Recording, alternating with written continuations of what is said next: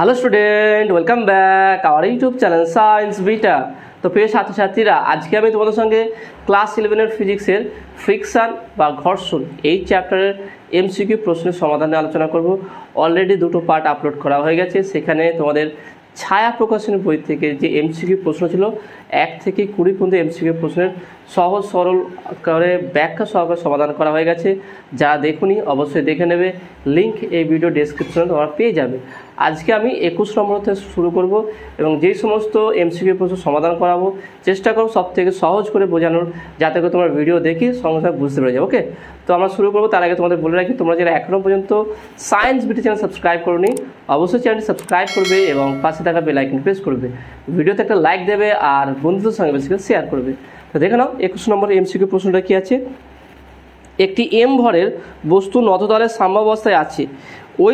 ওই নততলের ঘর্ষণ গুণাঙ্ক মিউ হলে নততলটির অনুভূমিকের সঙ্গে কত কোণ করে আছে, অনুভূমিকের সঙ্গে কত ডিগ্রি কোণ করে আছে সেটা বের করতে হতে গেলে খুবই সহজ কোশ্চেন আছে, একদম বেসিক কোশ্চেন। তাহলে অপশানগুলো লিখুন 21। অপশানগুলো কী আছে দেখে নাও। Option 1 tan inverse mu. Option B tan inverse mu by 2। Option সিটা কী হচ্ছে sine inverse mu cos inverse mu. Option D cos inverse mu. তাহলে কোনটা সঠিক হবে দেখে নাও। এটা হচ্ছে একটা নততল, ওকে, এখানে থিটা কোণে আছে, এখানে একটা বস্তু আছে যার ভর হচ্ছে এম।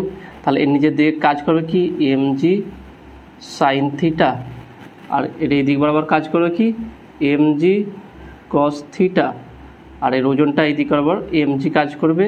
আর প্রতিক্রিয়া বল এই অপোজিট দিকে এন, ফ্রিকশন ফোর্স এইদিকে, ঘর্ষণ বলটা এদিকে কাজ করবে। তাহলে সাম্যাবস্থায় কী হচ্ছে, তাহলে আমরা friction force F equal to কী জানি মিউ এন, তাই না? তাহলে এন ইকুয়াল টু কী আবার মিউ কস এম জি কস থিটা। তাহলে f equal to mu M G cos theta. তাহলে এটা হচ্ছে কি ফ্রিকশন ফোর্স, যেটা এই দিকে কাজ করছে, আর এটা এম জি সাইন থিটা এই বলটা নিচে দিয়ে কাজ করবে। তার সাম্যাবস্থায় মানে বস্তু যখন স্থির থাকবে তখন বলের এই উপাংশ আর এই উপাংশ দুটো সমান হয়ে যাবে। তাহলে বলতে পারি কি অতএব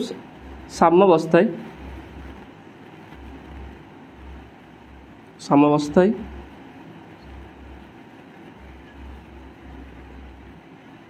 mu M G cos theta equal to M G sine theta, তাই না? তাহলে দেখে নাও এম জি কাটবে, তাহলে বা mu equal to sine theta by cos theta, তার মানে কি এটা ট্যান থিটা। তাহলে বা থিটা ইকুয়াল তাহলে কী হবে ট্যান ইনভার্স মিউ। তাহলে কোন অপশানটা আছে দেখে নাও অপশান এ। তাহলে এটা হচ্ছে কি option A. Option A is a right answer. তাহলে কত সহজে এগুলো সমাধান হয়ে গেল। তো নেক্সট কোশ্চেন নাও, কোশ্চেন নাম্বার 22 কী বলছে দেখে নাও। একটি 5 নিউটন ওজনযুক্ত ব্লক উলম্ব দেওয়ালে 12 নিউটন বলের দ্বারা চেপে ধরা হলো কি দেওয়াল ও ব্লকের মধ্যে ক্রিয়াশীল ঘর্ষণ গুণাঙ্ক হলো 0.6। অতএব ব্লকের উপর দেওয়াল দ্বারা প্রযুক্ত বলের মান কত? খুবই সহজ কোশ্চেন দেখে নাও।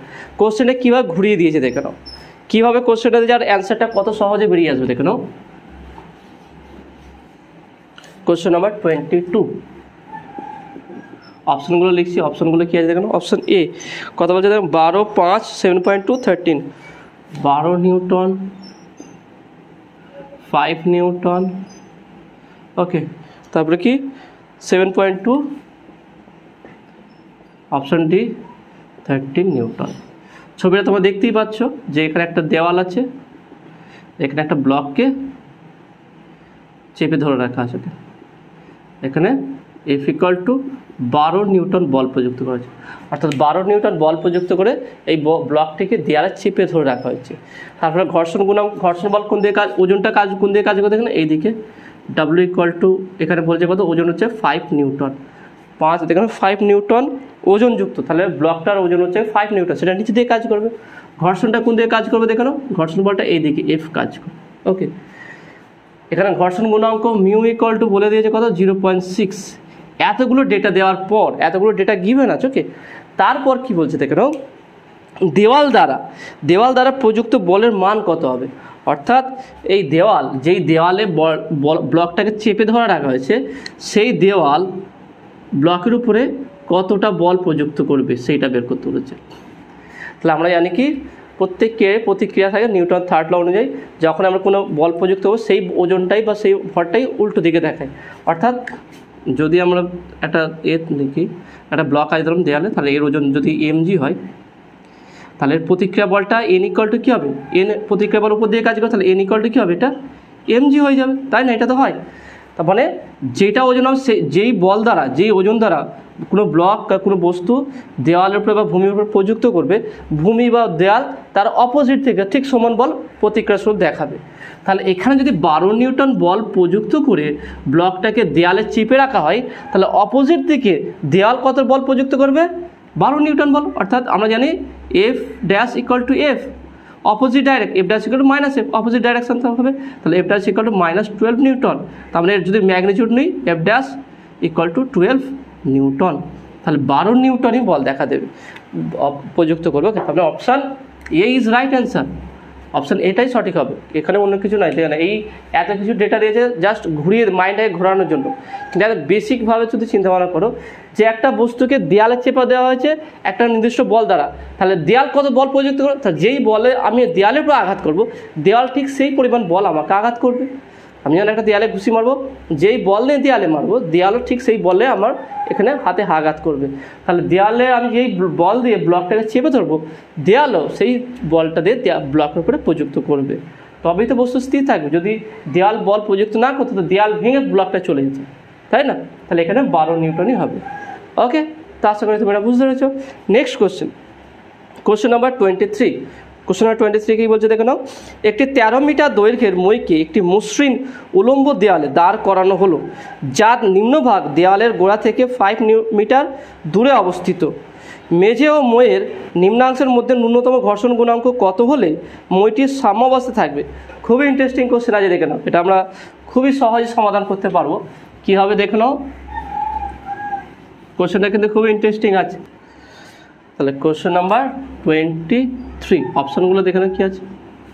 অপশানগুলো আছে এদের 23, 0.36, 0.72, 0.36, 0.72 অপশান সি। তারপরে কী আছে দেখে নাও, 0.21, অপশান ডি 0.52।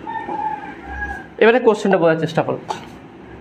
ধরলাম এটা দেওয়াল আছে, ওকে, এটা যে গ্রাউন্ড আছে, এটা ভূমি, ওকে, এটা ভূমি, গ্রাউন্ড আছে। এখানে একটা মই দেওয়া আছে, ওকে, এখানে একটা মই আছে, একটা মই আছে, ওকে। যেটা মইটার দৈর্ঘ্যটা কত বলছে দেখো, মইটা আমি নাম দিলাম এবি, এটা এই পয়েন্টটা দেওয়ালটা সি ধরলাম, ওকে। তাহলে এবি দৈর্ঘ্যটা, মইয়ের দৈর্ঘ্য কত বলছে, এবি ইকুয়াল টু 13 মিটার, ওকে। এবং দেওয়ালের গোড়া থেকে এই মইয়ের এই পয়েন্টটা কত দূরত্ব আছে, তার মানে বিসি বলতে পারি, বিসি ইকুয়াল টু 5 মিটার, এটা বলেছে। তাহলে এটা 5 মিটার দূরে, এটা 13 মিটার, ওকে। এটা আচ্ছা, দেওয়ালটা তাহলে কত, দেওয়ালে কোন অংশে তাহলে মইটা আছে, তাহলে এসিটা কত হবে দেখে নাও। তাহলে এটা একটা সমকোণী ত্রিভুজ উৎপন্ন হয়েছে, তাহলে আমরা সহজেই বলতে পারবো কি, AC equal to root of অতিভুজ স্কোয়ার মাইনাস ভূমি স্কোয়ার, অর্থাৎ 13 স্কোয়ার মাইনাস 5 স্কোয়ার। তাহলে 13 ধরে কত হচ্ছে দেখে নাও, 169, আর 5 5 25, তাহলে কত হচ্ছে দেখো, 5 থেকে কত নয়, 4 4 1, ওকে, 144। তাহলে এটা হচ্ছে কত দেখে নাও, রুট অফ 144, 13, এটা হচ্ছে 13 স্কোয়ার, এটা 5 স্কোয়ার, ওকে। তার মানে এসি ইকুয়াল টু 12 মিটার। তাহলে আমরা এসিটাও পেয়ে গেলাম, এই দৈর্ঘ্যটা পেয়ে গেলাম, ওকে। তাহলে আমরা প্রত্যেকটা দৈর্ঘ্য পেয়ে গেলাম। এবার দেখে নাও কোন মইটা কোন জায়গায় কেমন বল প্রয়োগ করবে দেখে নাও। আমি একটু মইটাকে একটু মোটা করে দেখে নাও,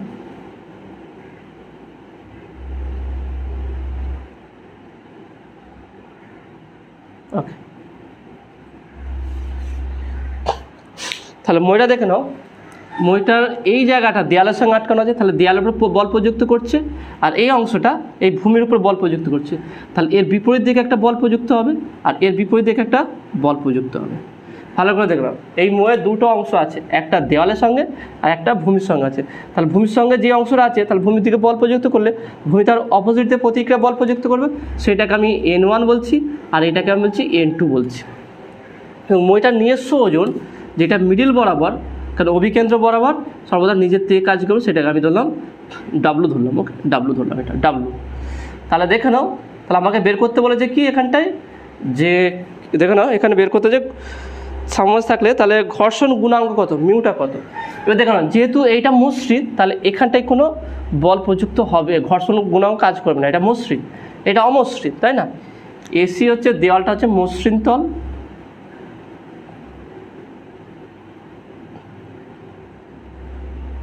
মসৃণ তল, এটা হচ্ছে কি মসৃণ তল। তাহলে এটা মসৃণ তল হওয়ার জন্য এখানে কোনো ঘর্ষণ গুণাঙ্ক কাজ করবে না।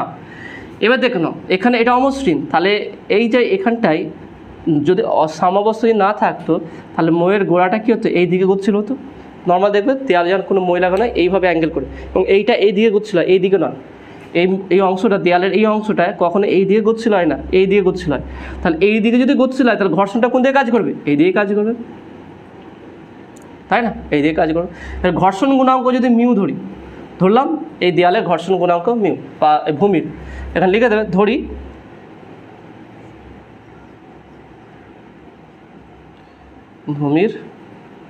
ভূমি এবং মইয়ের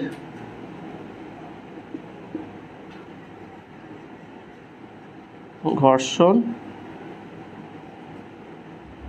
গুণাঙ্ক মিউ। ওকে, তাহলে অতএব F equal to mu n1। Okay, F equal to mu n1 আমরা পেয়ে গেলাম। তাহলে দেখে নাও আমরা এটা পেয়ে গেছি। এবার দেখে নাও মোট যে ফোর্স হবে, তাহলে f equal to mu n1। এবার আমরা জানি কি, আমরা যদি প্রত্যেকটা বলের দিকে সাম্যাবস্থায় বলের মোট বল কী হবে, শূন্য হবে, লব্ধি বল টোটাল শূন্য হবে, মোট বল শূন্য হবে। তা সাম্যাবস্থা থাকলে আমরা কীভাবে বের করে দেবো, ভালো করে বোঝার চেষ্টা করো। এই বলটা উপর দিয়ে কাজ করছে, এই বলটা নিচের দিকে কাজ করছে, এই বলটা এই দিকে কাজ করছে, এই বলটা এই দিকে কাজ করছে। তার টোটাল মই দেওয়াল এবং ভূমি এরা এমনভাবে লাগানো আছে যে মইটা সাম্যাবস্থা আছে। মইটা সাম্যাবস্থা আছে মানে মইটার কোনো দিকে গতিশীল নয়, না এই দিকে গতিশীল না উপর দিকে গতিশীল। ওকে, তাহলে এটা গতিশীল না, গতিশীল কখন হবে না, যখন টোটাল লব্ধি বল শূন্য হয়ে যাবে। লব্ধি বল কখন শূন্য হবে, যখন এই বলটা n1 আর W এই দুটো বল ইকুয়াল হয়ে যাবে আর এই দুটো বল ইকুয়াল হয়ে যাবে। অর্থাৎ বলতে পারি কি সাম্যাবস্থায়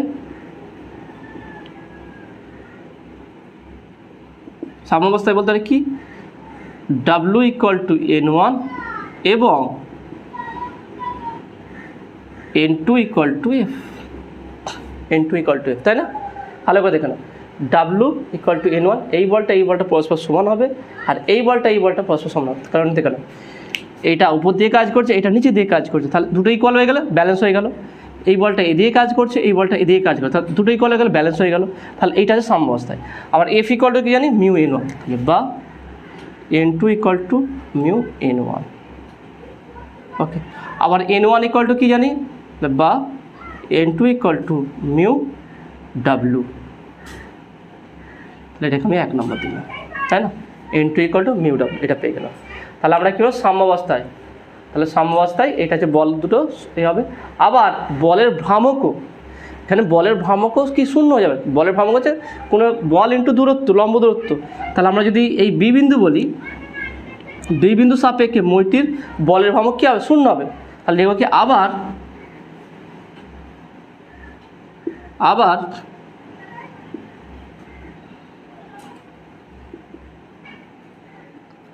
আমরা বলতে পারি কি,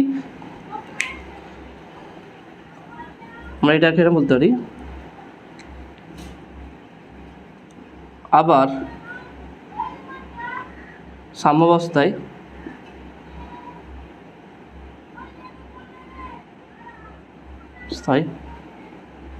মইয়ের বলের ভ্রামক শূন্য হবে। ওকে, অর্থাৎ ভালো করে দেখে নাও বলের ভ্রামক কোথায় কাজ করবে, দেখে নাও আমরা পেয়ে গেছি, তাই না। এটা 5, এটা হচ্ছে কি আমি ছবিটা আরেকবার রাখছি, ঠিক আছে, ছবিটা এখানটা আমি আরেকবার রাখছি, ছবিটাকে ভালো করে বুঝবো। আমরা কোনটা বল ইন্টু লম্ব দূরত্ব আমরা কীভাবে নেবো, দেখে নাও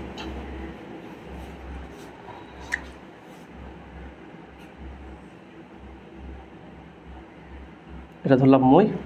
ওকে, তাহলে এখানে বল কাজ করছে, তাহলে বল এই বরাবর বল কাজ করছে ডাব্লু, তাহলে লম্ব দূরত্ব কোনটা হবে? এইটা, তাই না? আমি এটাকে ডি বিন্দু বললাম, এটা কারণ বি ছিল, এ ছিল, এটা সি ছিল, তাই না? তাহলে ডি বিন্দু বললাম।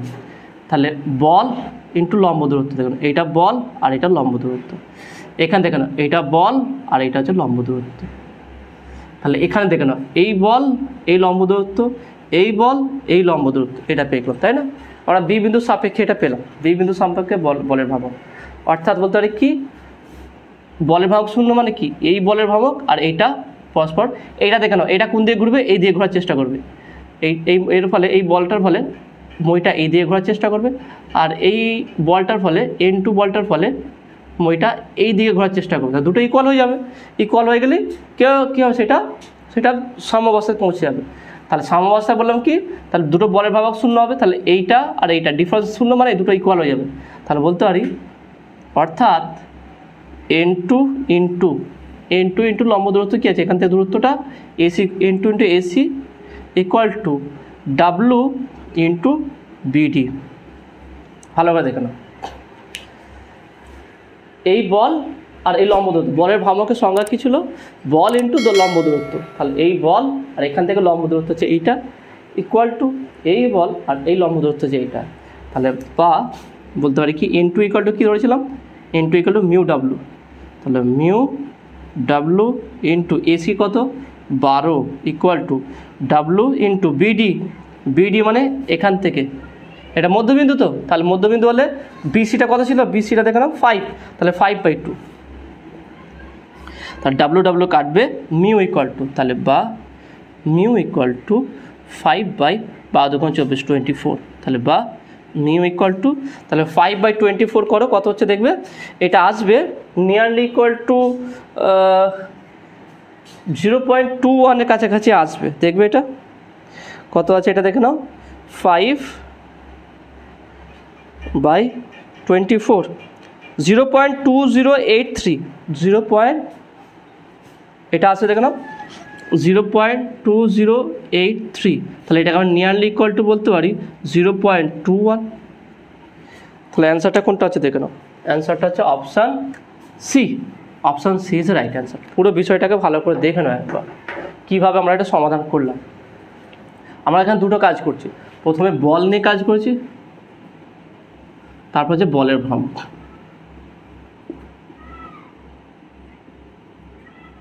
ওকে, বলের ভ্রামক।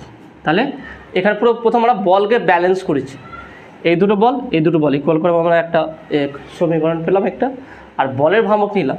তাহলে এই বলের ভ্রামক আর এই বলের ভ্রামক, তাহলে এই বিন্দু সাপেক্ষে এইটা এদিকে ঘুরবে, এটা এদিকে ঘুরবে, তার দুটোকে ব্যালেন্স করতে হবে, তো দুটোকে ইকুয়াল করে দিয়েছি, করে সেই দুটো সমীকরণ থেকে আমরা মিউর মানটা খুব সহজে পেয়ে গেলাম। ওকে, তো আশা করি তুমি এটা বুঝতে পেরেছো। পরের কোশ্চেন যাওয়া যাক। পরের কোশ্চেন নাম্বার 24। এই কোশ্চেনটা খুবই গুরুত্বপূর্ণ আছে। কোশ্চেনটা কী বলে দেখে নাও। কোশ্চেনটা পড়ার আগে আমি ছবিটা আগে আঁকছি, ছবিটা আগে বুঝতে হবে, তারপরে কোশ্চেনটা বুঝতে পারবে। ছবিটা কী বলেছে দেখে নাও, ছবিটা একবার দেখে নাও ভালো করে, ছবিটা কী আছে দেখে নাও। ওকে, এটা হচ্ছে গ্রাউন্ড, এখানে একটা বস্তু আছে, এর উপরে আর একটা বস্তু আছে। ওকে, এর উপর একটা বস্তু আছে। প্রথম হচ্ছে 4 কেজি, 2 কেজি, আর এখানে বল প্রযুক্ত হয়েছে 18 নিউটন। ওকে, 18 নিউটন বল প্রযুক্ত হচ্ছে, এফ ইকুয়াল টু 18 নিউটন। এবার আমরা কোশ্চেনটা দেবো। কোশ্চেনটা কী বলেছে, চিত্রে প্রদর্শিত দুটি ব্লকের মধ্যে কোনো স্লিপ না করলে, দুটি ব্লকের মধ্যে কোনোটা স্লিপ করে না গেলে ব্লক দুটির মধ্যে ক্রিয়াশীল ঘর্ষণ বল কত হবে? ঘর্ষণ বল অর্থাৎ এফ, ঘর্ষণ বলটা কত হবে সেটা বের করতে বলেছে। অপশানগুলো দেখে নাও। Question number 24, option A.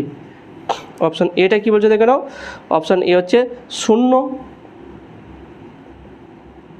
Option B, option বিটা কী বলছে দেখে নাও 9 newton. Option C 12 newton. Option D হচ্ছে 6 নিউটন। দেখুন এটা আমরা খুব সহজেই সমাধান করতে পারবো। তাহলে দেখলাম ব্লকটা কী হচ্ছে, ব্লকটা গতিশীল হচ্ছে। এটা 18 নিউটন বল প্রযুক্ত করা হয়েছে, তারপরে ব্লকটাও এ থেকে গতিশীল আছে। এবার দেখে নাও টোটাল যদি গতিশীল এই কাকে নিয়ে গতিশীল হচ্ছে, টোটালটাকে নিয়ে, তার ভর টোটাল ভরটা হচ্ছে দেখো নাও, তাহলে মোট ভর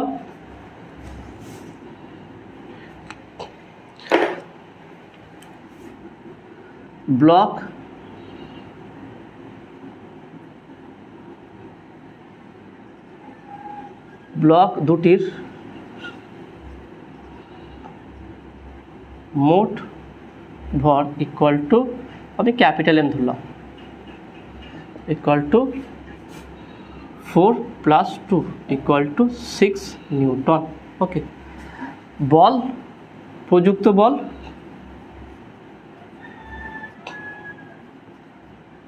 বল F ইকুয়াল টু 18 নিউটন। অতএব ব্লক দুটির ত্বরণ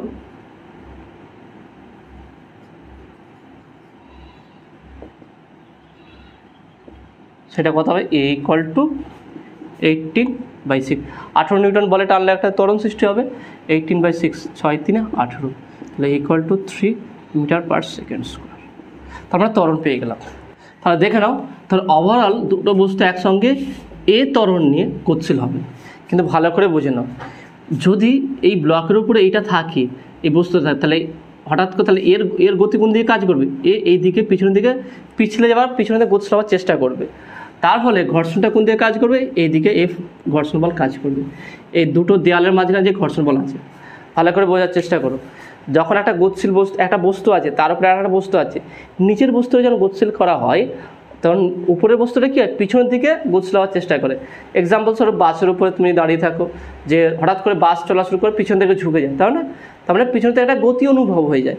ঠিক একইভাবে একটা বস্তুর উপরে আর একটা যদি ছোটো বস্তুকে রাখা হয় বা অন্য কোনো একটা বস্তুকে রাখা হয় এবং সেখানে যদি বল প্রযুক্ত করা হয়, এখানে যদি বল প্রযুক্ত করা হয়, তাহলে উপরে যে বস্তুটা থাকবে সেটা নিচের দিকে বা পিছনের দিকে একটা বল অনুভব করবে এবং সেই বলটা কী হবে, তার নিজস্ব ওজনের জন্য সেই বলটা কী হবে, ma। আর তার ফলে যেহেতু এই দেওয়ালের এই ব্লক দুটির তলটা যেটা সেটা অমসৃণ, তাহলে এখানে একটা ফ্রিকশন ফোর্স বা ঘর্ষণ বল কাজ করবে কোন দিকে, তার বিপরীত দিকে। অর্থাৎ উপরের ব্লকটি যেদিকে গতিশীল হবে তার বিপরীত দিকে ঘর্ষণ বলটাও কাজ করবে। ওকে, তার ফলে ঘর্ষণ বলটা কী হবে, তাহলে এবারে আমরা দেখে নাও, আমরা কি জানি, তাহলে এখানটা হচ্ছে দুটো বস্তুই স্থির অবস্থায় যাচ্ছে সামনের দিকে। এই ব্লকটা এখানে পিছলে পড়ে যাচ্ছে না, ব্লকটা ছোট, বড় ব্লকের উপর ছোটো ব্লকটা কি আছে, স্থির অবস্থায় আছে। স্থির অবস্থায় আছে মানে কি, এই ঘর্ষণ বল আর এই বলটা দুটো পরস্পর সমান হয়ে গেছে। তার ফলে হচ্ছে কি, ছোট ব্লকটি পিছনের দিকে না গিয়ে ওখানে স্থির অবস্থায় আছে। তাহলে বলতে পারি, তাহলে আমরা এখানে বলতে পারি কি, F ইকুয়াল টু ma। যখন ঘর্ষণ বলটা m এর সঙ্গে সমান হয়ে যাবে তখনই বস্তুটা উপরে স্থির অবস্থায় থাকবে। যদি মসৃণ হতো কী হতো দেখে না, যদি এই 4 কেজি ভরের উপরে যে 2 কেজি ভরটা আছে এদের মধ্যে এই উপরের তলটা যদি মসৃণ হতো, তাহলে যখনই 18 নিউটন বল দ্বারা 4 কেজি বস্তুকে সামনের দিকে টানা হচ্ছে, তখন এই 2 কেজি বস্তুটা পিছন দিকে পিছলে পড়ে যেত। যেহেতু ঘর্ষণ বল আছে, তার ফলে যে এই 2 কেজি ভর যেদিকে গতিশীল হবে তার বিপরীত দিকে কী হবে, একটা বল কাজ করবে। তাহলে সেই বলটা আর এই বলটা দুটো যদি ইকুয়াল হয়ে যায়, তাহলে ব্লকটার নিচের দিকে পড়বে না, ওর উপরে স্থির অবস্থা থাকবে। তাহলে ওভারঅল দুটো বস্তু সামনের দিকে গতিশীল হবে। ওকে, তাহলে এক্ষেত্রে আমরা ঘর্ষণ বলটা কী হবে দেখানো, তাহলে এম এর মান কত, 2 কেজি, আর এটা কত পেয়েছি 3, তাহলে ইকুয়াল টু 6 নিউটন। তাহলে যদি 2 কেজি এবং 4 কেজির মাঝে যে তলটা আছে সেই তলের ঘর্ষণ বলটা যদি 6 নিউটন হয়, তাহলে 2 কেজি ভরটা পিছন দিকে পিছলে যাবে না, স্লিপ খাবে না, বড় ব্লকের উপরে স্থির অবস্থায় থেকে দুটো একসঙ্গে সামনের দিকে গতিশীল হবে। ওকে, তাহলে এখানে অপশানটা দেখে নাও, option D is right answer. Okay, তো আশা করি তুমি এটা বুঝতে পেরেছো। ওকে, তাহলে নেক্সট কোশ্চেন দেখো, কোশ্চেন নাম্বার 25 কী বলছে দেখে নাও, একটি 8 কেজি ভরের বাক্স থিটা কোণে আনত একটি নততলের উপরে স্থাপন করা আছে। একটি F ঊর্ধ্বমুখী বলের দ্বারা বাক্সটি নততল বরাবর গতিকে আটকানো হলো এবং 2F বল প্রয়োগ করে নততল বরাবর ঊর্ধ্বমুখে গতিশীল করা যায়। এই অবস্থায় বাক্স ও নততলের মধ্যে ঘর্ষণ গুণাঙ্ক কত হবে? খুবই ইন্টারেস্টিং কোশ্চেন আছে, আর খুবই গুরুত্বপূর্ণ কোশ্চেন আছে, দেখে নাও, এবং খুব সহজভাবে সমাধান হবে এটা। দেখে নাও কোশ্চেন নাম্বার 25, অপশানগুলো লিখে নিই। অপশানগুলো কী আছে দেখে নাও, 1/3 tan theta, option B 3 tan theta,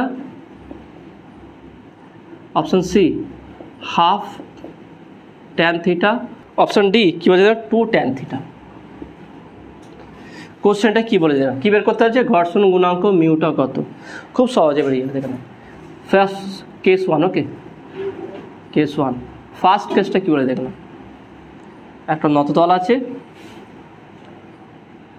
theta কোণে আছে, এখানে একটা বস্তু আছে, ওকে। তাহলে এই দিক হচ্ছে কি ওজনটা তার কাজ করবে এই দিক বরাবর mg, এটা হচ্ছে mg cos থিটা, এটা হচ্ছে mg sin থিটা, ওকে। এটা হচ্ছে n। তাহলে এখানটা হচ্ছে কি দেখো না, বস্তুটা কোন দিকে গতিশীল হচ্ছে, নিচের দিকে গতিশীল হচ্ছে, তাই না? তাহলে নিচের দিকে যদি গতিশীল হয় তাহলে একটা ফ্রিকশন বল বা ঘর্ষণ বল এদিকে কাজ করবে, ওকে। এটা হলো। এবারে কি, একে এই ব্লকটিকে থামানোর জন্য ঊর্ধ্বমুখে একটা বল প্রযুক্ত করা হয়েছে, সেটা হচ্ছে কি ক্যাপিটাল এফ। তাহলে ক্যাপিটাল এফ বল প্রযুক্ত করে এই বস্তুর গতিশীলকে আটকানো গেল। ভালো করে বুঝে নাও, প্রথম অবস্থা ধরো আমার বলটা নেই, এই বলটা নেই, ব্লকটার নিচের দিকে গতিশীল হচ্ছে, তাহলে কোন বলে গতিশীল হচ্ছে, mg sin থিটা। তাহলে mg sin থিটা ফোর্সের জন্য নিচের দিকে গতিশীল হচ্ছে। তাহলে নিচের দিকে যদি গতিশীল হয় তাহলে এর এই ঘর্ষণ বল কোন দিকে কাজ করে, তাহলে উপর দিকে এফ কাজ করবে, স্মল এফ। আবার কি এখানে ঊর্ধ্বমুখে একটা এক্সট্রা ক্যাপিটাল এফ বল প্রযুক্ত করা হচ্ছে, যেটা প্রযুক্ত করে এই ব্লকের গতিকে আটকানো গেল। তাহলে আটকানো গেল মানে স্থির করলো। তা স্থির করে স্থির অবস্থায় কী বলতে পারি আমি, তাহলে এই অবস্থায় যদি স্থির থাকে তাহলে বলতে পারি F plus small F equal to mg sin theta. ব্যাপারটা বোঝা গেল কি, F plus small F equal to mg sin theta, দুটো ইকুয়াল হচ্ছে, তার মানে বলতে পারি বা F equal to mg sin theta, okay, minus F, okay. এটাকে আমরা 1 নম্বর দিলাম। নেক্সট কেস 2, দ্বিতীয় কেসটা কী বলে দেখে নাও। দ্বিতীয় কেসটা হচ্ছে যে 2f বল, ঊর্ধ্বমুখী 2f বল প্রযুক্ত করা হয়েছে, করে তাকে উপর দিকে গতিশীল করা হবে। তাহলে উপর দিকে গতিশীল করলে কী হবে দেখে নাও, সেটাকে আমরা কেস 2 আকারে বলছি। দেখে নাও কেস 2। নেক্সট কেস হচ্ছে কি,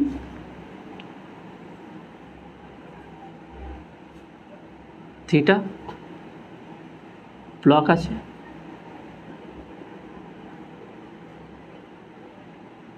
mg cos theta n mg sin theta. তাহলে এখানে কি করা আছে দেখে নাও,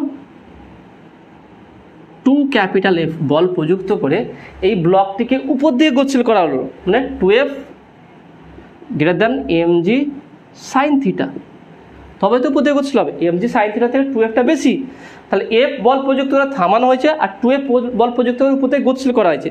তাহলে উপর দিকে যদি ব্লকটি গতিশীল হয় তার মানে বলতে পারি কি এই ঘর্ষণ বলটা কোন দিকে কাজ করবে, এই দিকে, তাই না? এটা কাজ করবে। তাহলে ঘর্ষণ বল যদি এইদিকে কাজ করে তাহলে উপস্থিত, তাহলে এখানে বলতে পারি কি দুটো যদি ইকুয়াল করি তার সাম্যাবস্থায় তাহলে কী হবে, 2f ইকুয়াল টু, দেখেন 2f equal to mg sin theta plus F, okay. তাহলে 2f এর মান যদি বসিয়ে দিই আমি, এফ এর মানটা যদি বসিয়ে দিই তাহলে বা 2 into mg sin theta minus F equal to mg sin theta plus F. তাহলে এফটাকে দিকে চলে আসছে, তাহলে বা এখানে রাখছি 2 mg sin থিটা, এই mg sin থিটা নিয়ে আসছি minus mg sin theta, minus 2fটা ওদিকে গেলে প্লাস এফ 2f হয়ে যাবে, এফ প্লাস 2f। তাহলে এখানটা দেখে নাও, তাহলে 2mg শুধু mg sin theta equal to 3f। তাহলে f ইকুয়াল টু কি, small f equal to mu mg cos theta. তাহলে এখানে 3f ইকুয়াল টু হয়েছে, তাহলে বা 3 mu mg cos theta equal to mg sin theta. তাহলে mg যাবে, তাহলে বা 3 mu equal to sin theta by cos theta. এই cos থিটাকে নিচে নামালাম, তাহলে কী হচ্ছে, তাহলে বা মিউ ইকুয়াল টু দেখে নাও 1/3 sin theta by cos theta হচ্ছে কি tan থিটা। তাহলে এইটাই হচ্ছে ঘর্ষণ গুণাঙ্কের মান। তাহলে কত পেয়েছে দেখে নাও, option A is right answer. Mu equal to 1/3 tan theta, 1/3 tan. তাহলে প্রথম কেসটা কী হয়েছিল, এখানে এফ বল প্রয়োগ যখন এফ বল এদিকে প্রয়োগ করেছিলাম তখন ব্লকটি হচ্ছে ঘর্ষণ বলটা হচ্ছে এদিকে কাজ করেছিল, যখন 2F বল প্রযুক্ত করি তখন ঘর্ষণ বলটা এদিকে, কারণ উপর দিয়ে ঊর্ধ্বমুখী গতিশীল করার জন্য। ওকে, তাহলে সেখান দুটোকে আমরা সেটা দুটোকে ইকুয়াল করে মিউর মানটা বের করলাম 1/3 ট্যান থিটা। ওকে, তো আশা করি তুমি এটা বুঝতে পেরেছো। তাহলে আজকে ভিডিও এতটুকুই। আজকে যে অঙ্কগুলো করালাম বা যে এমসিকিউগুলো করালাম কেমন লাগলো, বুঝতে পারলে কিনা সেটা অবশ্যই কমেন্টে জানাবে। নতুন থাকলে অবশ্যই সায়েন্স ভিডিও চ্যানেল সাবস্ক্রাইব করবে এবং পাশে থাকা বেল আইকন প্রেস করবে। ভিডিওতে একটা লাইক দেবে আর বন্ধুদের সঙ্গে শেয়ার করবে। তো দেখাবে নেক্সট ভিডিওয়। Have a nice day.